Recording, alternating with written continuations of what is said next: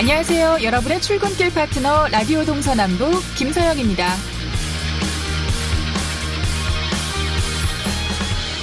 공무수행 중 뇌출혈로 쓰러졌지만 공상으로 인정받지 못해 자비로 치료를 해오던 속초경찰서 소속 경찰관이 다행히 법원으로부터 공상 인정을 받게 됐습니다.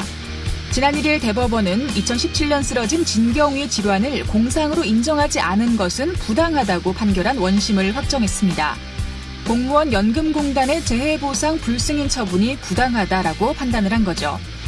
이로써 지난 9월 총 2년의 일반 휴직 기간이 끝나 직권 면직됐던 진경위는 공상휴직으로 전환되고 그동안의 치료비와 급여 등도 소급해 받을 수 있게 됐습니다. 2017년 6월 속초시 조양동의 한 주차장에서 공무수행 중 뇌출혈로 쓰러졌던 진경위는 지난 2년여 동안 재활치료를 받아왔습니다. 그동안 동료 경찰들이 병원비와 소송비를 모금해주고 응원해줬기에 이 같은 대법원 확정 판결을 받을 수 있었죠. 경찰의 사기 진작을 위해서도 더 안전한 우리 사회를 위해서도 이번 법원의 판결은 참 반갑게 느껴지네요. 11월 4일 월요일 라디오 동서남북 지금부터 시작합니다.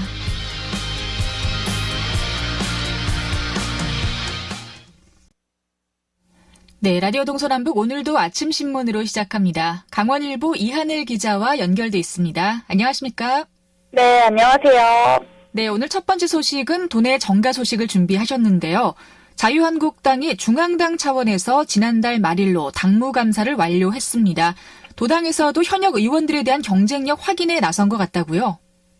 네, 맞습니다. 자유한국당이 당무감사를 완료하고 도내 지역구별로 여론조사를 진행하고 있는데요. 5개월 앞으로 다가온 내년 총선쯤에 속도를 내고 있는 모습입니다. 황교안 당대표가 취임한 이후에 전체 당협위원회를 대상으로 이번에 처음으로 당무감사를 진행했는데요. 지난달 31일로 마무리되면서 현역 의원들이 촉각을 곤두세우고 있습니다. 네. 강원도 8개 국회의원 의석수 중 7개가 자유한국당이 차지를 하고 있습니다. 그만큼 내년 4.15 총선에서 다시 한번 공천권을 따낼 수 있을까 관심이 높은데요. 현역 의원들 모두 다 당무감사를 마쳤나요? 예, 맞습니다. 도내의 경우에는 춘천의 김진태 의원과 원주 가대 김기선 의원, 그리고 동해 삼척의 이철규, 속초 고성 양양의 이양수 등 당협위원장직을 맡고 있는 현역 의원들과 함께 원주의 김대현, 홍천 철원 화천 양구인재의 한기호 등 원외 당협위원장 2명에 대해서 당무감사를 마쳤습니다. 또 현재 공석인 강릉과 태백 횡성 영월평창 정선은 권성동 염동열 현역 의원까지 지난달 25일께 최종적으로 마무리했습니다. 이번 당무감사는요, 당협관리나 당원 모집 등과 관련해서 성과를 계량한 점수로 나타내던 기존의 정량평가 방식에서 벗어났습니다. 대신에 지역 주민이나 당원들을 대상으로 해서 인터뷰를 했는데요. 지역 여론을 심층적으로 분석한 서술형 평가문으로 작성된 것이 특징입니다. 당 안팎에서는 이번 당무감사 결과에 이목이 쏠리고 있는데요. 총선이 코앞에 닥친 만큼 이번 감사에서 낙제점을 받았을 경우에는 경쟁력을 상실한 물갈이 대상으로 전락할 수 있기 때문입니다. 네. 사실 무엇보다도 이 지역 여론이 중요할 것 같습니다. 강원도당에서도 지역 민심을 살피기 위한 여론조사를 진행 중이죠? 네, 중앙당과는 별개로 도당 차원에서도 여론조사를 진행하고 있는데요.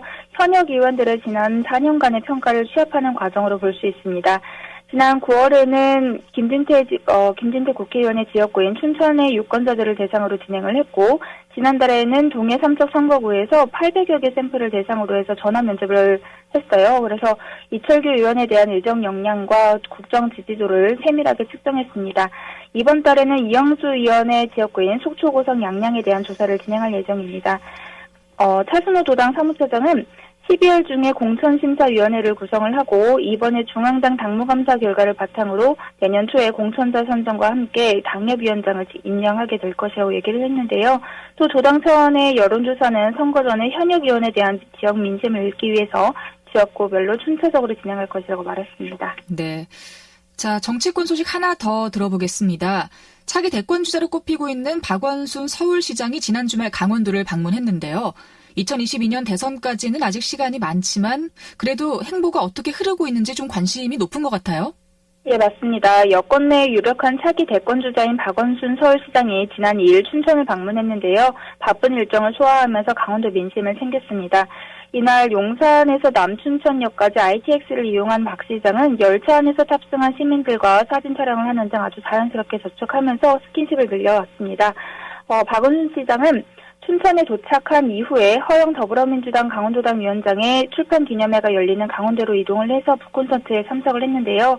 이 자리에서 박원순 시장은 자신의 비서실장을 역임했었던 허 위원장이 지난 총선에 출마했었던 것을 언급하면서 지난 선거 때 거의 당선된 줄 알고 축하했는데 아침에 일어나 보니까 바뀌었다면서 재능이 많은 사람이라서 춘천 시민들에게는 선물이 될 수 있을 것이라고 추켜 세웠습니다. 네, 춘천 시민연대 창립 20주년 행사에도 참석을 했는데요. 시민단체 대표 출신인 만큼 또 시민단체 활동가들에게 격려의 의미가 있었을 것 같아요.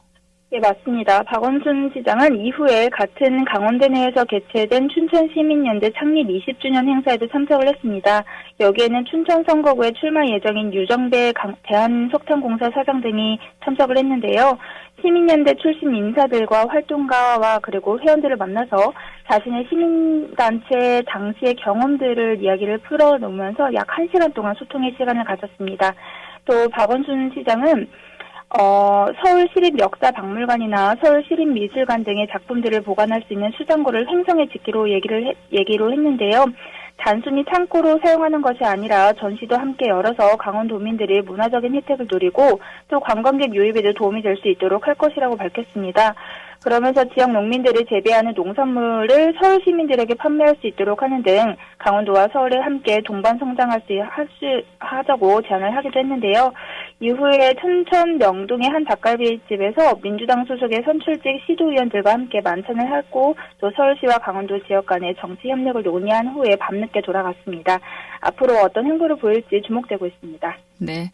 자, 오늘 아침 신문은 정치권 소식으로 들어봤습니다. 이하늘 기자 고맙습니다. 네, 감사합니다.